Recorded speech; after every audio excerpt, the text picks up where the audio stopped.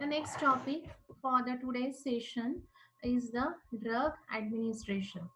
We have seen how the drug should be distributed or how it should be dispensed. Now we will see the administration or different ways of administration of the drug to the patient. The subject which deals with the routes or the channels of administration of the drugs or the medicine is termed as pharmaconomy. So we are having the one common word pharmacodynamic or pharmaconomy. So the in the examination there may be the 2 mark question for this pharmaconomy and what are the roots in its pharmaconomy. So this is the pharmaconomy, which is deals with the different channels or the routes which deals for the administration of the drug. This pharmaconomy is given in the aphorism number 284 and 285. The different routes of administrations are why we have developed this because as the homeopathy bears a speciality and originality in the field of medicine, its roots and mode of administration also bear a speciality, and that's why we are studying this drug administration. So these are the various routes or the channels through which the homeopathic medicines can be introduced into the system for the action after absorption. So first route is the oral route or ingestion through mouth. The second one is the olfaction, inhalation through nose or by mouth. The third one is application on skin by rubbing or by friction. In it, the another route is an epidermic. Then the other routes may have eyes, ears, etc. So these are the routes or the channels that is known as a pharmaconomy by which we can administer medicine to the patient.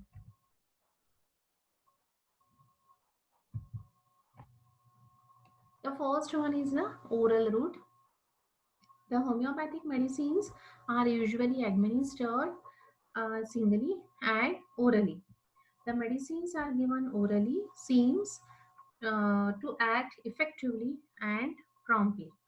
Homeopathic potentized medicines seem to require no digestion but are absorbed directly from mouth and then they act through the central nervous system. Sometimes we also prescribe the medicine by sublingual route where the patient is having a coated tongue where the absorption is difficult and hence we can give the sublingual administration of medicine so that the action of the medicine will be a proper one. Sometimes we are giving the gargling if there is some tonsillitis or the pharyngitis. So the example is the Phytolacca gargling. These are the solutions of the drug for the local action on mouth or in the throat. So this is about the oral route of administration of medicine.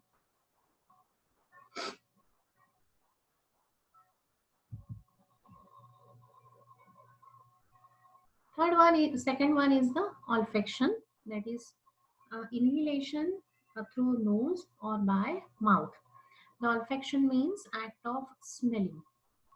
It is a method of administering medicine to a patient through the nose and mouth by the act of smelling. Hahnemann administered medicine by oral route for many years, but in his last years of his practice, he favored this olfactory route. This is mentioned in the aphorism number 288 in the first footnote. Dr. Hahnemann states that homeopathic medicines act most surely and powerfully when the medicinal aura that is always uh, emanating from the medicine is inhaled for short time. So the medicinal aura will be remain there from the medicine or the active substances release when you are inhaling that through the nose and through the mouth for the short time. So this is the basic principle of using the olfaction tool. The method of olfaction, जैसे आप heat लेते हो या फिर आप vapours लेते हो, whenever you are having cough and coryza, आप गर्म पानी की वेपर्स लेते हो ना, either through the vaporizer or by boiling the water in a one vessel and you are using the towel to cover your nose and the face. So ये चीजें हमने देखी है. तो same thing we can apply. या फिर आपने nebulisation देखा होगा, छोटे बच्चों में देते हैं या ओल्ड एज में भी नेबुलाइज करते हैं for the asthmatic patient, for the pneumonia patient. अगर नहीं देखा है तो वेपराइजेशन तो सबको पता ही है कि where we are taking the vapours of hot water. The similar thing we are applying in the olfaction. इसमें हम क्या करते हैं कि we are taking the globules which are moistened with the medicinal fluid which we require and place in a small phial. The homeopathic physician allow the patient to hold that phial near to his mouth or near to his one of the nostril, and then physician asks the patient to inhale it to take out the medicinal vapor from that phial. And then if he wish a stronger dose, then patient is asked to take that vapors from the other nostril or the remaining nostril, which is more which will be a more stronger effect to the patient. So this is the method by which we ask the patient to do the act of smelling. If the both the nostrils are stopped in the coryza or in the polyp or in the deviated nasal septum, the patient should inhale through the mouth. But the procedure is same by keeping that globule with the medicinal fluid near the mouth and they can suck it. In little children, it is difficult to give the medicine and that child may be very much irritable because of the cough and coryza. So this is the easy method for the inhalation. You just keep that file near to the nose when that child asleep. So this will irritate the nerves, it will open the cavities and this will be helpful for the patient. The interval of repeating all olfaction is same as that of the oral route. Generally, it is indicated for oversensitive or the idiosyncratic patient, in small children or in the convulsions. जो patient को convulsion या epilepsy की तकलीफ है उनको दे सकते हैं, या फिर टिटानस में जहाँ पे लॉक जॉ हो जाता है, in that case also we can do the inhalation by that particular similar medicine. So this is the way how you can do the olfaction. The third method is application to the skin. तो इसमें दो method है, either by rubbing or by non rubbing. So rubbing or friction. So इससे होता क्या है कि the rubbing favors the action of medicine only in this way. The friction makes the skin more sensitive and living fibers thereby are more capable of feeling. As it were, the medicinal power of and of communicating to the whole organism. This health affecting sensation वहाँ पे आता है. This is the benefit of rubbing. So the friction through the whole cutaneous surface of body, wherever the epidermis is sound, it is unbroken. So it may be inner part of thigh, lower part of abdomen, back, legs. So anywhere you can apply where the skin is unbroken. You can apply lotion, you can apply ointment or the liniment. ये हमको पता है क्योंकि अगर हमारे घर में कोई ग्रैंड पेरेंट्स है, so continuously they are having the joint pain, generally in the damp weather या फिर जब सीजन चेंज होता है, so they are having a bony pain और the joint pain. So at that time they are using the liniments. या फिर हमारी skin भी बहुत ड्राई हो जाती है, so we are using the certain lotions at the night और ड्यूरिंग द डे आल्सो. या फिर हम लोग कोई ऑइंटमेंट यूज करते हैं, so we are doing the rubbing so that it will be absorb properly on the unbroken skin. The second type is this कि an epidermis. यहाँ पे हमको रब नहीं करना है, but you have to just keep that medicine in contact with the unbroken skin and it will give the relief. So ointment भी अगर आपको लगाना है, so you just keep it there. Then the plasters also you can apply. So this is the second method in the scheme. The other methods are eye drops. The example is the Cinenaria, the ear drops, that is mullein oil, and the nose, Sanguinaria nasal drop. So eye drops we are using for conjunctivitis or for the pain in the eye or for the lacrimation, etc. The ear drops are used whenever the wax collection is much more in the ear, and the nose, of course, for the opening of nostrils.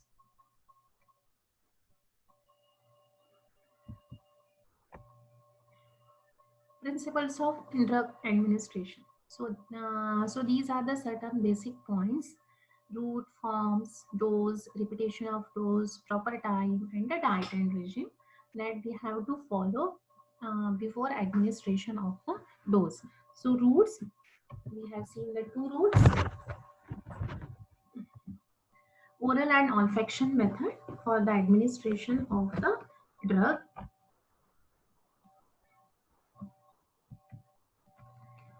Forms, medicine may be administered after being dissolved in greater quantity of liquid vehicle. Thus, it comes in contact with much larger surface area of sensitive nerves. So this is the benefit, and the patient will get the effect very easily. This is mentioned in the aphorism number 286.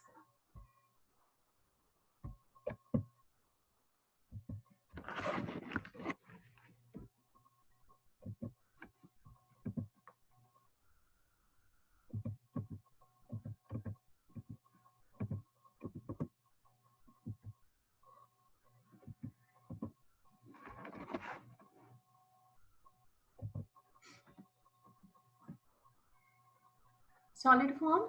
The medicine may also be administered in the form of medicated globules, sugar of milk, and tablets.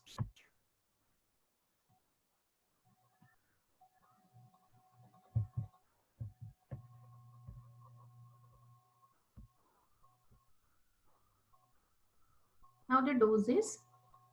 In no case is it requisite to administer more than single simple medicinal substance at a time. We know कि a single medicine should be given because our drug proving that we have done on the single medicine, and if you are giving more than two medicine, so we will not get the proper effect, and they may causes the complex disease. So the question is that in which chapter we have studied the importance of single medicine at a time, and what will happen if you are giving more than one medicine to that patient at a time. So I will repeat my question: in which chapter you have studied the importance of single medicine at a time, and what are the disadvantages of using more than one medicine at a time to one patient. Second, it is wrong attempt to employ the complex means when simple is suffice. So if you are getting the result by single medicine, then it will be a suffice. It will be a sufficient without causing the chaos in the patient body, without formation of complex disease. Give the single medicine. The smaller the dose of homeopathic remedy is, so much the slighter and shorter is this apparent increase of disease. तो वहाँ पे आपको aggravation भी नहीं मिलेगा अगर आपका dose small है तो. So this is my second question. कि what are the types of aggravation that we have seen earlier, or what are the different types of aggravations that we have to notice in the patient when you are giving the dose of the medicine. So if you are giving the smaller dose of the medicine, then there will be a no such aggravation. So it is said that it is better to give the small globules soak with the medicinal substance, then serve it either by dissolving it in a small quantity of purified water or sugar of milk. The next one is the repetition of the doses. We know the repetition of dose when the improvement ceases, when improvement जब stop हो जाता है, at that time you can repeat your dose. या फिर repetition कब करते हैं, when the new symptoms are arises, या फिर all together different symptoms are arises, या the potency you can increase, and you can increase the repetition when the patient is in the severe condition. And जब repetition कब नहीं करते हैं, जब patient feels better. So the perceptible and continued progress of the patient is contraindicates repetition. The repetition हम दो इसमें कर सकते हैं, either by giving the small potency continuously, या फिर single large dose in a one dose and keep the patient on the placebo. In the chronic disease, you can repeat the medicine by 4 hourly, 5 hourly, or in the acute disease, depending upon the mild, moderate, and the severe cases, you can repeat. And the mild cases, you can repeat it after 6 to 7 hours. Moderate cases, you can repeat the medicine after 3 to 4 hours. And the severe cases, you can repeat the medicine 30 minutes, 20 minutes, 50 minutes, even 5 minutes interval. So this repetition is depend upon the condition of patient and the nature of the disease, and of course the nature of medicine that we have studied in the posology.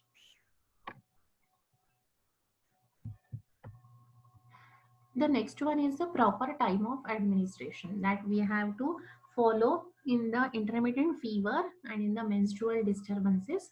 In the intermittent fever, before and after the paroxysm में ही आपको medicine देनी है. Why? Because during that paroxysm, the vital force is in a trouble. तो उसको और trouble देने से अच्छा है the medicine आप paroxysm शुरू होने से पहले या बाद में ही दीजिए, not in between that paroxysm. And in the menstrual disturbances also, post-menstrual therapy is better. The example of the intermittent fever is a malaria, and you will learn the treatment of this intermittent fever in detail in the third year organelle of medicine. The next one is the diet and regime. Everything which can have any medicinal action should be removed from the diet and regime of the patient during administration of medicine, so that the small dose may not be overwhelmed and extinguished or get disturbed by any foreign medicinal irritant. So this precaution we have to take while we are administrating the medicine. Nothing should be given before half an hour and after half an hour taking the medicine. The patient should not have any addiction and habit whenever he is under your treatment. He should not eat tobacco, cigarette, liquor, the alcohol also, because it may interfere the action of medicine. And he should be away from the emotional stress, strain, passion, and all these things which will interfere the action of medicine. So these precautions we have to take regarding the diet regime. Okay. So this is the pharmaconomy by which we are administrating the medicine in different routes: oral, olfaction, skin, eye, and ear. Oral route, sometime on sublingual, sometimes gargling. Single medicine should be given. By act of smelling also, we are giving medicine. By nose and by mouth, I have also explained the procedure, how to give it, and conditions and the patients to whom we are giving. We can give it on the skin also, by friction and by non-friction. Others drops are there: eye drop, ear drop, nose drops. these are the certain principles that we have to follow: route, form, dose, repetition of dose, proper time of administration, and diet and regime. So all this we have to follow: two routes, two forms.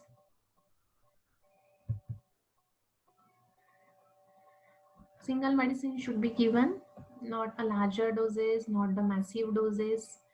Benefit of smaller dose also mentioned here, so that the aggravation will not be there.